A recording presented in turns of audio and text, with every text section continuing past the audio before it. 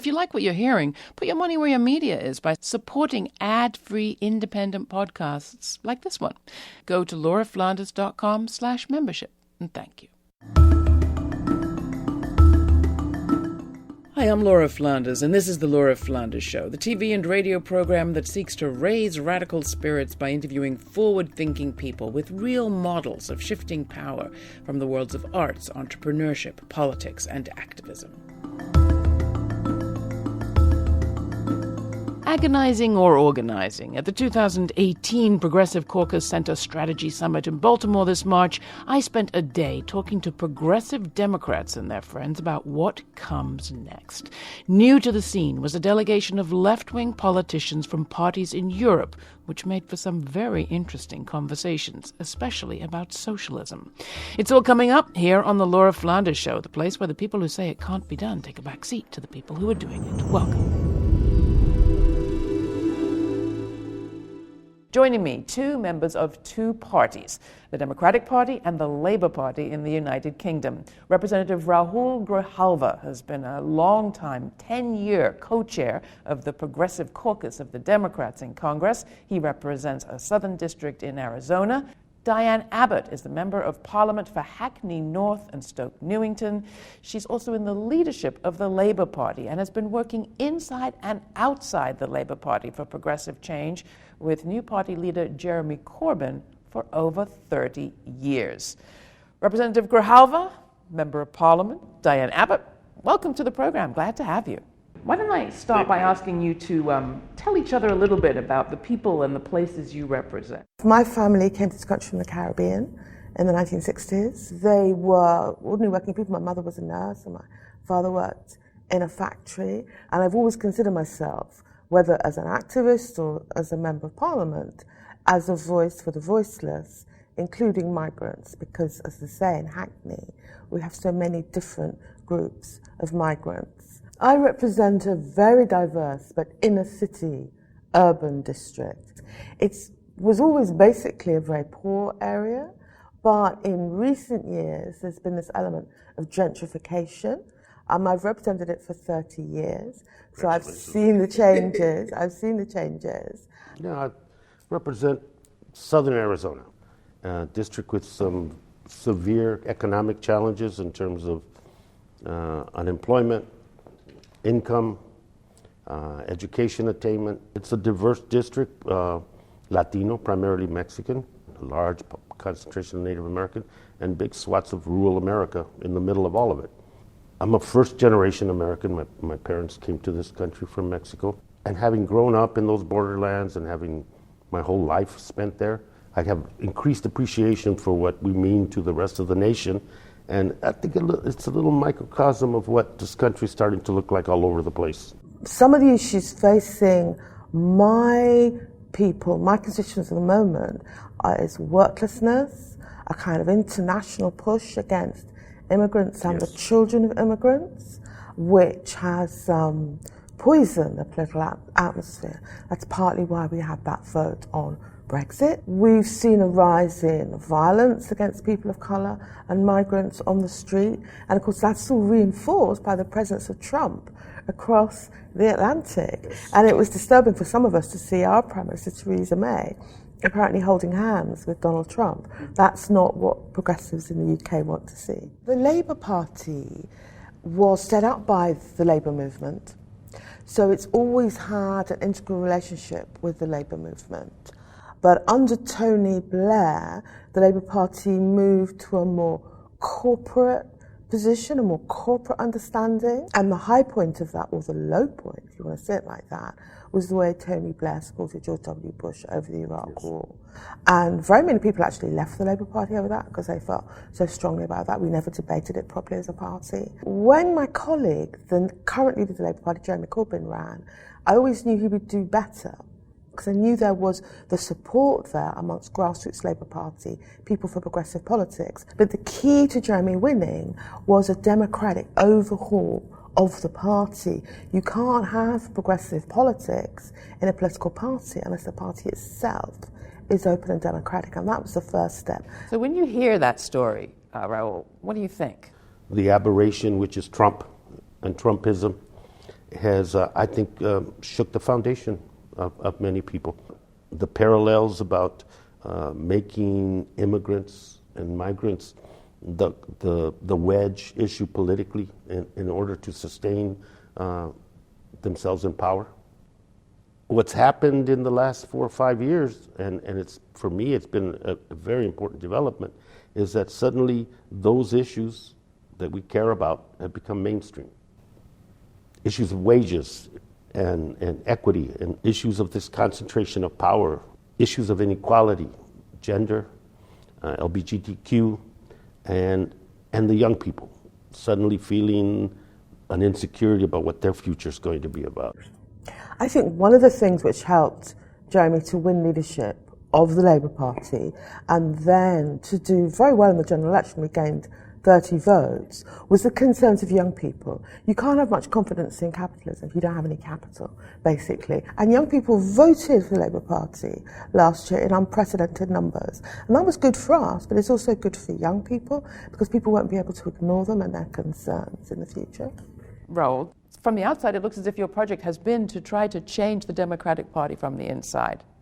How are you doing? I really believe that this is a force. It's not only an electoral force, but the policy-wise, we're a force. And that's been a sea change.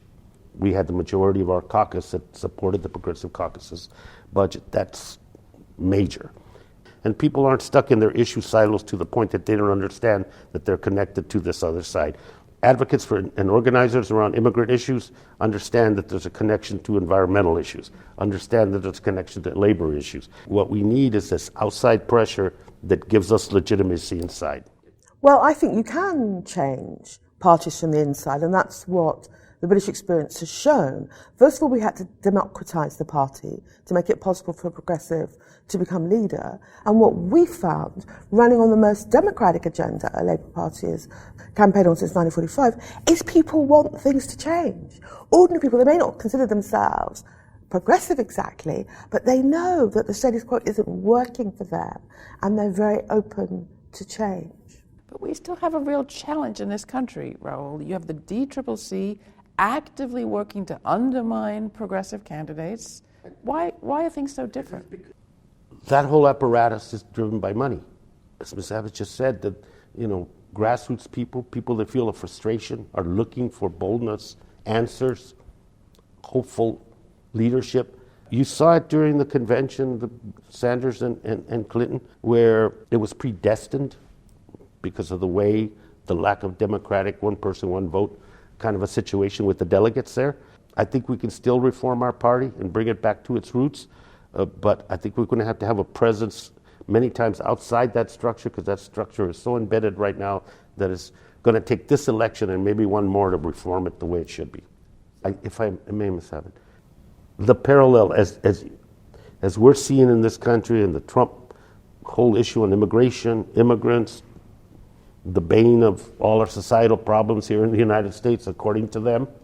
And you see some of those parallels too as you look at Europe and you look at Great Britain. And I wonder, my question is, do you see what I see, or is it? I think there are definitely parallels. I think the way, because, post the crash, a lot of ordinary people's wages have either, not gone up or actually gone down, and people have lost their jobs, and there's been a collapse of the blue-collar jobs in Britain, coal, steel, manufacturing, and so people look for a scapegoat, and the scapegoat is migrants, and it suits, the conservatives and big business and the right-wing media to say, yes, those immigrants are the cause of all your problems. It's too easy. And what we found was when you went to party members and talked about this immigration issue, they were willing to listen.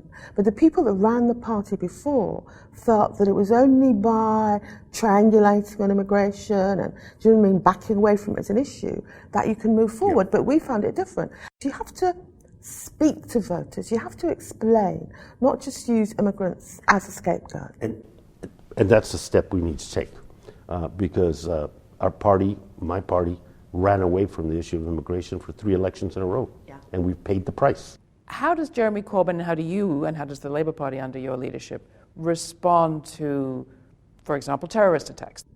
Both Jeremy and I have been very clear that we didn't support the two Iraq wars. We think that the intervention in Afghanistan needs to be wound up because it's not achieving what it's supposed to achieve. In fact, it's made things worse. Of course, terrorism is a terrible thing, but you cannot escape the notion that it's a lot of these military interventions overseas that have created the chaos which helps terrorism to grow. There's no excuse for terrorism. I think we have to be a lot more thoughtful about overseas interventions. We've contributed in the past to the breeding of this disease. The focal point of a policy that then has the corresponding effect on immigrants, corresponding effect on civil liberties, corresponding effect on privacy. That's where the conflict is right now in this country, as to the intrusion beyond the need to secure and keep people safe. Is this the third rail in U.S. politics? I mean, will we ever have a leader of the Democratic Party who dares to carve out and speak publicly positions like the ones Diane's expressing? I'm older now, but I think in my lifetime, the level of boldness and honesty has gone up tremendously in this country. We'll see a lot more of it because not only is it necessary and good, it's winning.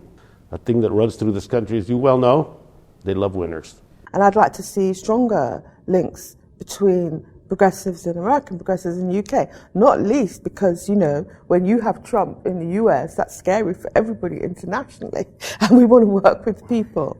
I think the dialogue with our partners and allies outside this country is very necessary because this aberration can't be just dealt with in isolation. Thank you both. This is the Laura Flanders Show. I'm Laura. That was Congressman Raul Grijalva of Arizona, longtime co-chair of the Democratic Progressive Caucus, speaking with the British Labour Party's Diane Abbott, the first black woman to hold a seat in the House of Commons.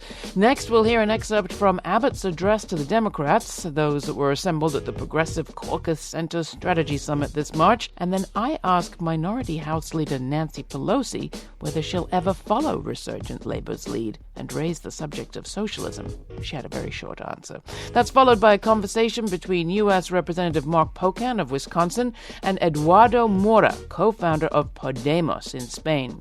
They talk about democracy, corruption, here, there, and everywhere. We're connecting the global dots and stirring the pot of progressive politics today on the Laura Flanders Show, recorded at the Progressive Caucus Summit in Baltimore. For all of my time in the Labour Party, which is nearly 40 years now, particularly in the Blair years, party members were told that Labour could not win on a socialist programme.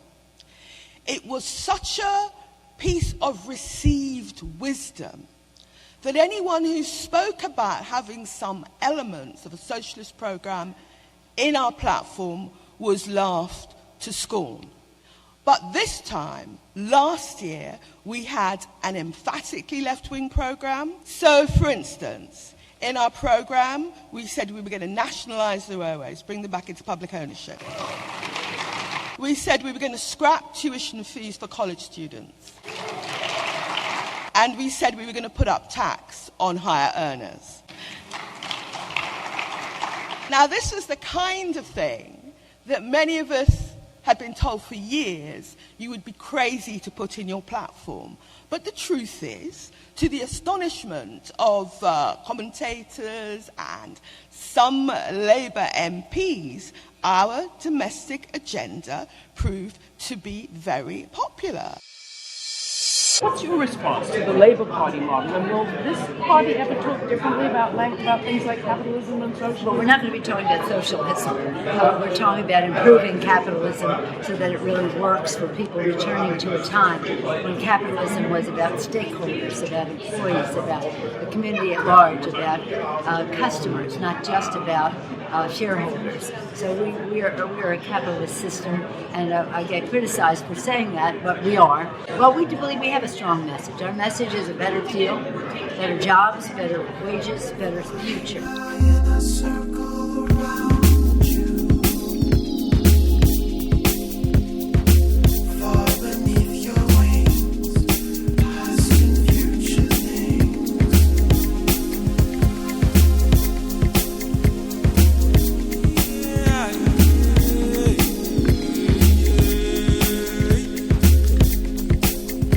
That was the Ananda mix of Past and Future by Santal, featuring Terence Downs. How about supporting the forward-looking conversations you hear on this show with a little forward-looking giving? When you become a monthly contributor through our Patreon site today, you're telling us you want us to keep going, and you're giving us the means to do it. Go to patreon.com/the LF Show. That's patreon.com/the LF Show, and send us a message of encouragement for as little as $2 a month, something we can count on. Also, be sure to subscribe to this free podcast if you haven't already. You can do that at lauraflanders.org. That's also where you can watch the TV edition of the program. Much more coming up. Stay tuned.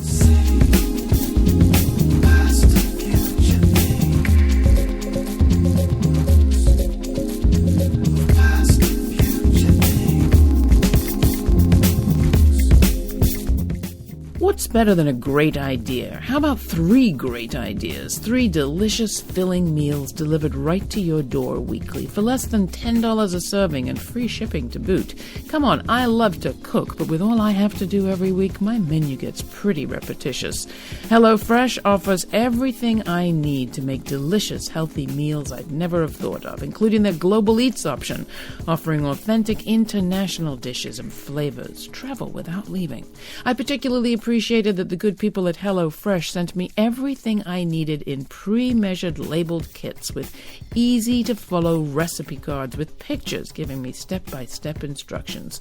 All that in a brown paper package that doubles as a tic-tac-toe board. You know we like good ideas on the Laura Flanders Show, and HelloFresh is making a special offer to Laura Flanders Show listeners. For $30 off your first week of HelloFresh, visit HelloFresh.com and enter promo code Laura30. Yep, that's $30 off your first week of HelloFresh. Go to HelloFresh.com and enter promo code Laura30. Thanks. With us from the Democratic Progressive Caucus, co-chair of the Progressive Caucus, is Mark Pocan. Eduardo Mora is with the Spanish organization Podemos. And my first question to you, Eduardo, is how do you describe what Podemos is? We launched Podemos in 2014. There was a huge wave of discontent in Spain coming from 2011, and we had to make a decision, and we decided to create a political party to stand in elections. What was your entryway into working with Podemos? I was part of the student movement when I was in college.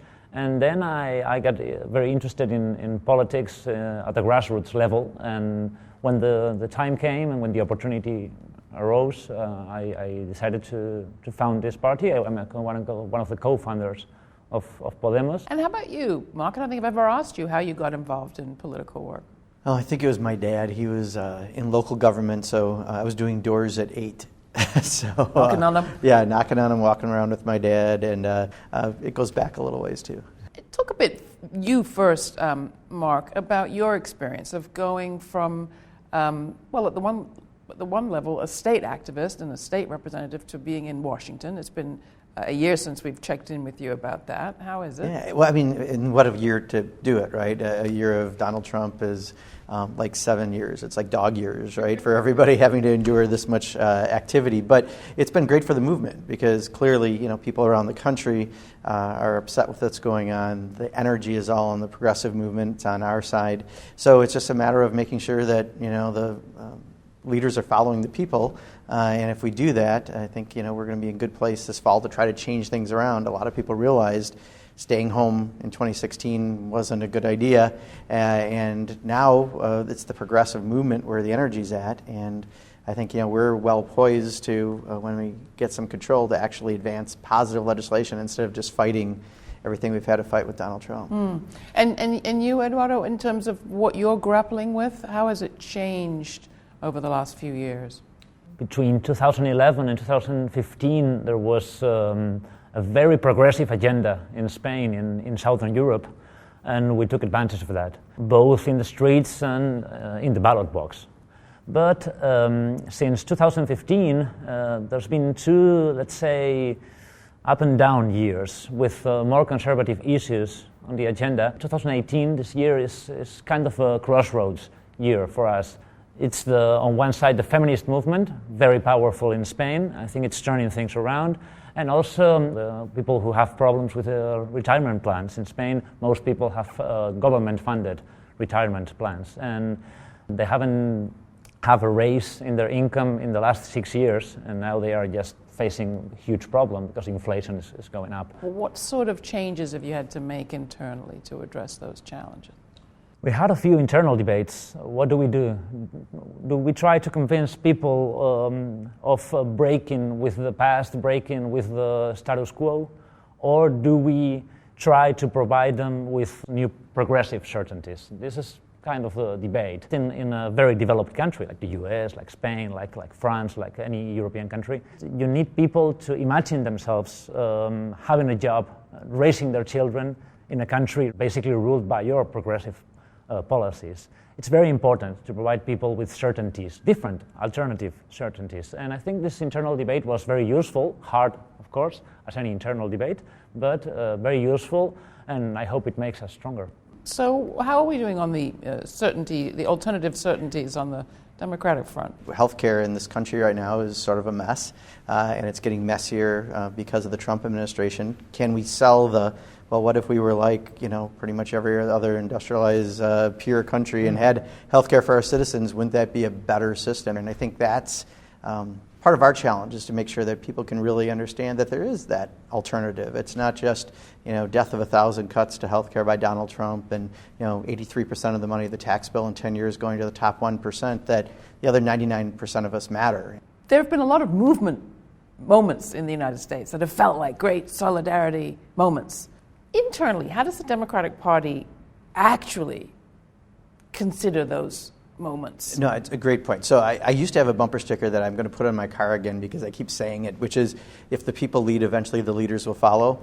And I think this is what's happening in all these special elections. There are 39 state legislative seats since Donald Trump got elected that have flipped from Republican to Democrat, and only 4 the other direction. So clearly there's a movement. And so I think we're at a point where, again, people are ahead of us. Whether or not the Democratic Party catches up to where they are at and convinces them to ride with us on this ride is the real question. But so far I'm encouraged by what I'm seeing through these electoral successes. And you being here at this gathering, Eduardo, what are you seeing, what's of interest to you of what's going on here among the progressive Democrats? Well, many things, because firstly, what the Trump administration is doing has had a great impact upon the rest of the world. I mean, it's changing the European agenda as well. How so? For instance, we've had this CETA voting in Congress in Spain 3 months ago, and this trade agreement with Canada is of paramount importance for us because it changes the way society works. It provides big companies with actually privatized courts. When you get to this debate in a country like Spain, quite far from the US, you get the feeling that being against CETA means Trump being against TTIP. So you are in favor of a closed society, you are against trade. And you can't be for trade but against these trade agreements anymore. And this is making things harder for us. So we feel for you. We are sympathetic to the fight you're putting up, but we also need you to change the agenda with Trump in office. Well, we need it now because it's having a great impact. And how is the party dealing with bringing back into the fold Trump voters with a different kind of message than his? So first of all, he won Wisconsin by 23,000 votes because of the issue of trade. On the top line, what he said resonated with a lot of people. The real problem is his trade plan is based on xenophobia. It's not based on labor standards or the ISDS provisions or things that I think we care about as a people. His are just based on he doesn't like foreigners, it's America first. Occasionally he can do something that looks correct even though it's for all the wrong reasons, and then we have to explain to people why the reasoning still is wrong and what we've got to do to actually have a fair trade policy that respects the labor and environmental standards and keeps the sovereignty through the courts so that you can protect yourself against a corporation otherwise that has a super judicial process. But it is tricky, it's difficult. We need to make sure that people really understand that. I think they get it in their gut. But we have to just really make sure we're conveying those alternative progressive policies that show that you can have family supporting policies that put money in your pocket and you can have opportunity for your kids. And if we do that, we have far more alternatives that actually work. Eduardo, at what point did you all decide to start a new party and not just try to push the one that you had? In Spain, we were used to have this two-party system, very strong party system, with other parties around, like supporting them, either conservative or left-wing. But we had the Conservative Party and the Socialist Party.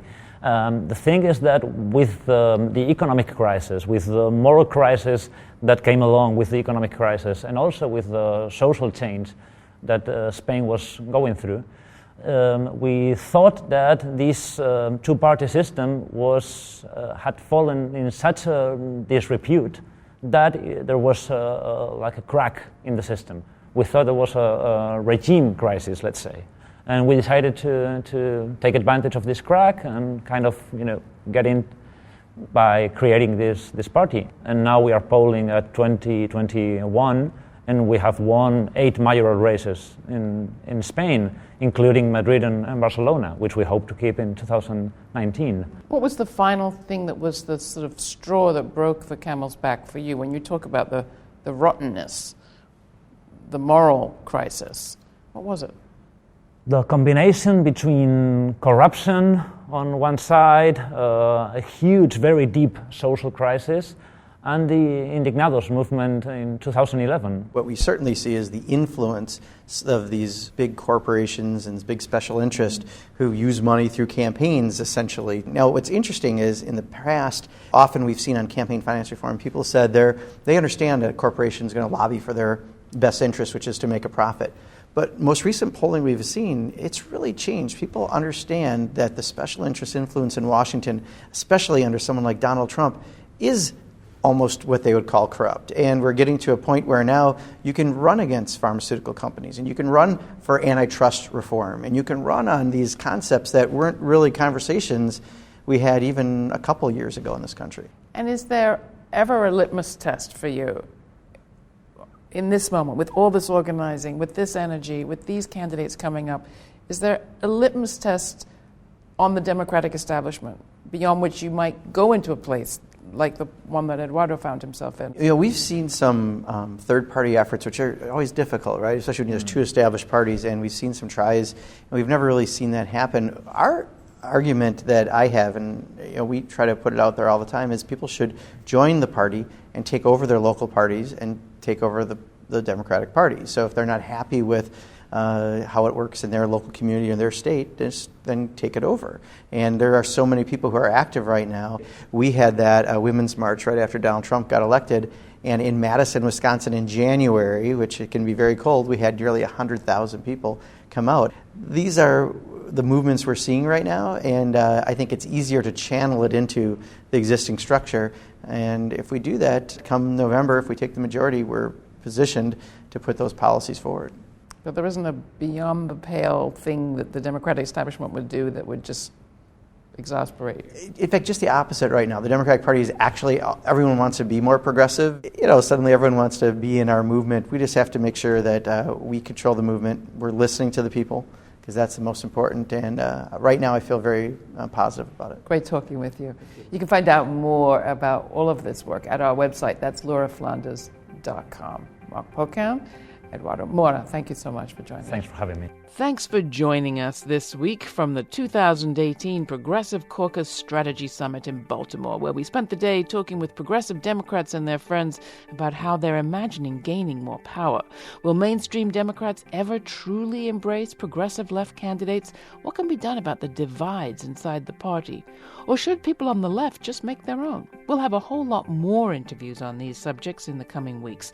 Be sure to sign up for our newsletter and be the first to know what's coming. You can sign up at lauraflanders.org for the heads-up email alone, or for more bells and whistles and extra stuff like my weekly commentaries on what's going on, become a member. Public media is a public project. Be part of it. Go to patreon.com/The LF Show. That's patreon.com/The LF Show.